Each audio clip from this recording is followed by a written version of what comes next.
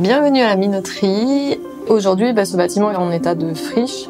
L'idée principale, c'est de venir transformer en fait ce lieu, de lui redonner vie en faisant venir des futurs habitants, mais aussi des activités et donc des porteurs de projets, des associations qui ont envie de venir dans le tiers-lieu. On aura 17 logements, dont 30% à vocation sociale. Et donc il y a ce troisième bâtiment qui est la minoterie, mais cette minoterie donc, va devenir le lieu ouvert sur le monde, la maison des possibles. Je pense que le projet est assez atypique et répond à une demande qui monte. Nous, on est parti vraiment sur un état d'esprit de faire de l'habitat participatif. Donc il y a aussi des espaces partagés. Donc oui, tu as un petit appart, mais du coup, tu as des espaces à partager, aussi bien dedans que dehors, parce que l'idée, c'est de refaire des vergers aussi, de refaire des choses qui produisent en fait au niveau de la terre. Ce qui est innovant dans notre projet, c'est de proposer de l'habitat participatif, mais en location, pour que ça soit vraiment accessible en fait au plus grand nombre. Tu peux te permettre de juste réhabiliter une partie et laisser le reste ouvert pour qu'il puisse développer dans le temps. Okay. Et peut-être même avec les habitants. Chaque fois que nous construisons un lieu, nous construisons des choses qui nous manquent. Comme ici, par exemple, tous, nous et notre entourage, nous avons besoin des habitations.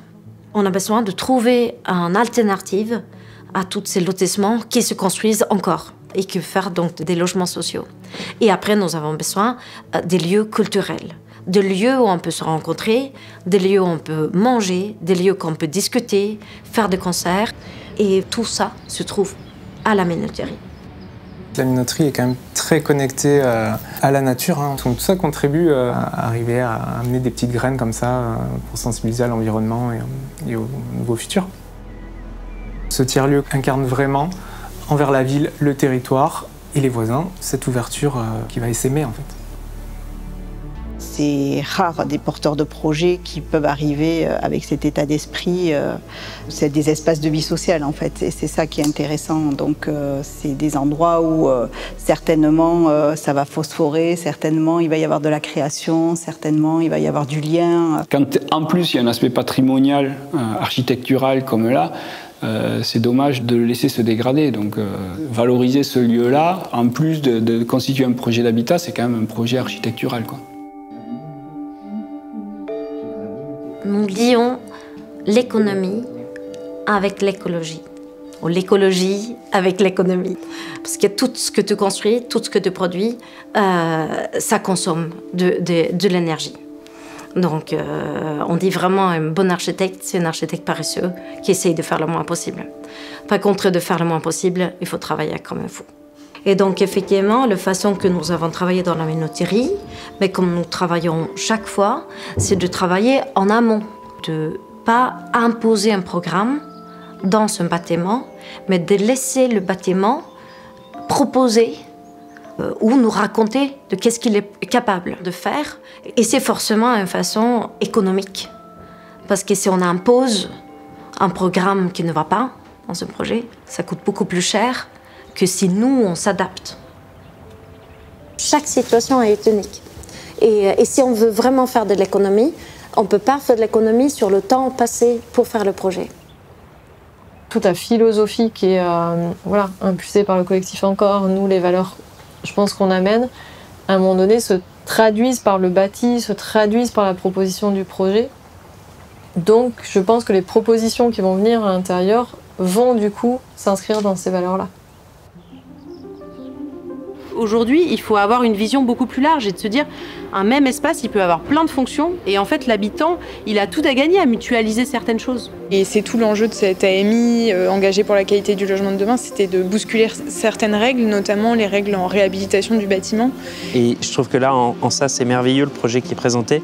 C'est comment on place la question de la saisonnalité, de l'usage, de la qualité de vie en fait à l'intérieur du logement. Donc aujourd'hui, on est concrètement en recherche de nos futurs habitants, de tout type. Donc voilà, bienvenue à la mixité d'âge, de région, etc. On est en recherche soit d'associations de porteurs de projets à titre individuel qui voudraient prendre part dans le tiers-lieu. Donc comment on conçoit tous ensemble des projets pour que dès finalement la première idée, on soit dans quelque chose que l'usager va pouvoir s'approprier en fait dans une démarche environnementale. Donc bienvenue à toutes les idées pour nous rejoindre. par leur personne, par leurs idées, par leurs initiatives et par leurs compétences, on a envie d'être et d'avancer avec eux. Parce qu'on voit qu'ils croient à leur projet. Donc on a envie de se joindre à des personnes qui ont le courage de proposer un modèle de vie différent. Il y a une innovation, il y a une volonté de faire autrement, c'est soutenu, ça va dans le sens de la transition. Et finalement, le rôle des collectivités, ça va plutôt être d'accompagner, d'aider, de soutenir. On est un peu à un moment charnière sur la production du logement où on peut se dire qu'on peut un peu réinventer des choses parce qu'il y a un peu une bascule quand même dans les pratiques, etc. On a tellement des règles et des lois qui fait que le projet souvent se fait pas par le désir, mais par le contrainte. Je peux pas faire ci, je peux pas faire ça. Au lieu de faire je veux faire ça, c'est ça le désir, c'est ça que je veux. Et je pense effectivement, il faut vraiment savoir que ces règles-là, ils sont là, il faut les transformer. Donc ils sont pas taillés dans la pierre. Si ça fonctionne pas, il faut absolument les changer. Et c'est là qu'il y avait quelqu'un qui nous avait dit, mais votre façon de travailler, c'est comme une espèce de bon sens radical.